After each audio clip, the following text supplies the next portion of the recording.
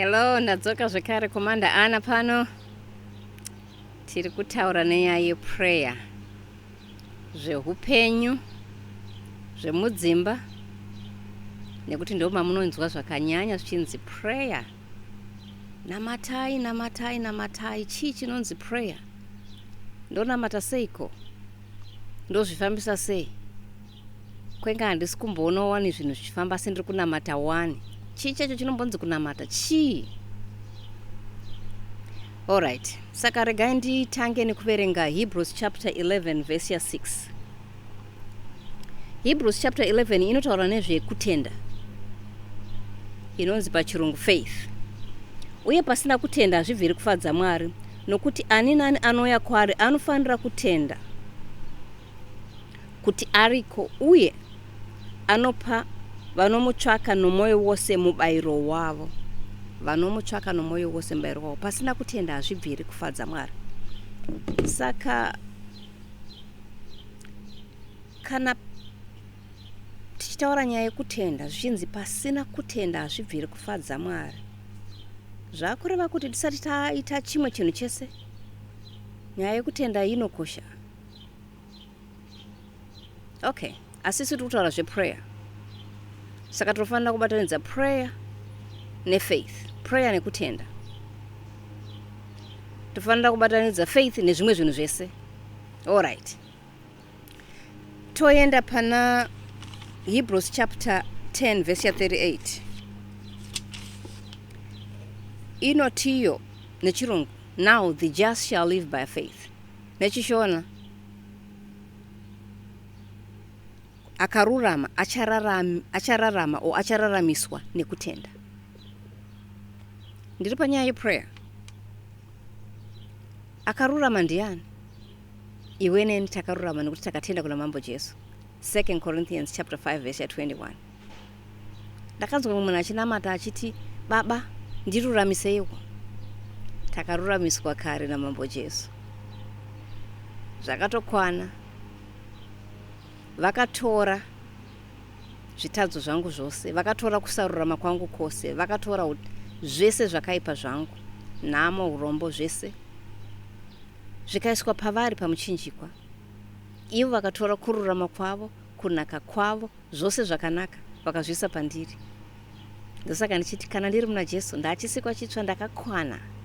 Mweya wangu wakakwana, uri perfect. Chakudiwa kuvandudzwa kwangu kwepfungwa dzangu, mafungiro angu. Nyama yangu ndachifanira kuiudza zvekuita, haichanditonga. Alright. Prayer. Chii chinonzi prayer? Pana Matthew chapter 6 kutanga pavhesi ya, ndingangoti kutanga pavhesi ya 1, mambo Jesu vari kutaura nezveprayer, asi tapa pavhesi ya 9 ndo patinozoita yatenge chitizvo the Lord's prayer. But mambo Jesu vari kutidzidzisa yatenge chiti our Father, Baba wedu vari kudenga, zita renyu ngarukudzwe neutsvene. Prayer yacho inomira pavhesi ya 13. Asi vaitaura nezveprayer kubvira pavhesi ya 1 vachiti kana muchinamata munofanira kuziva kuti baba venyu vanoziva zvamunoda musati manamata. Vachiti musaite long chase prayers. Then vavazotanga kudzidzisa manje kuti mofambisa muchidai so prayer. Asi ndinoda kungopindura kuti chii chinonzi prayer. John chapter 17 mambo Jesu vakaenda vakanonamata vari mugomo. Nedzimwe nguva zvekare tinonzwa vachinzi mambo Jesu vakaenda mugomo vakarara usiku hwese vachinamata.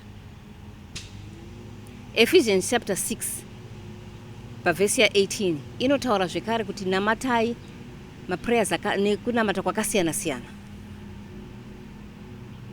Saka chii chinonzi kunamata?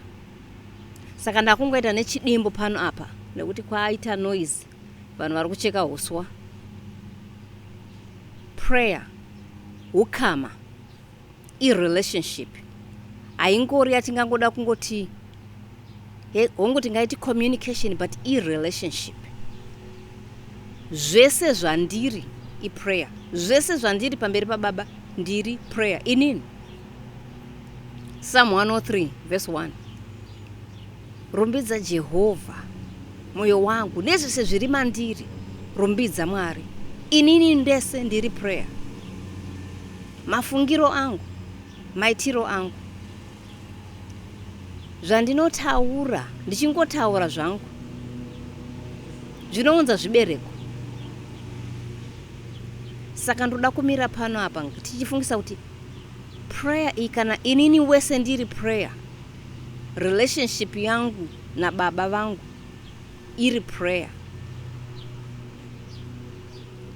zvingangodaro kuti ndiri kuita zvimwe zvinhu mukusaziva. Saka ndozvifambisa sei? Kureva kuti matauriro angu, kunyange ndisingafunga kuti ndiri muprayer, anounza zvibereko. Saka tichasangana, regai ndichienda. Noise yasvika.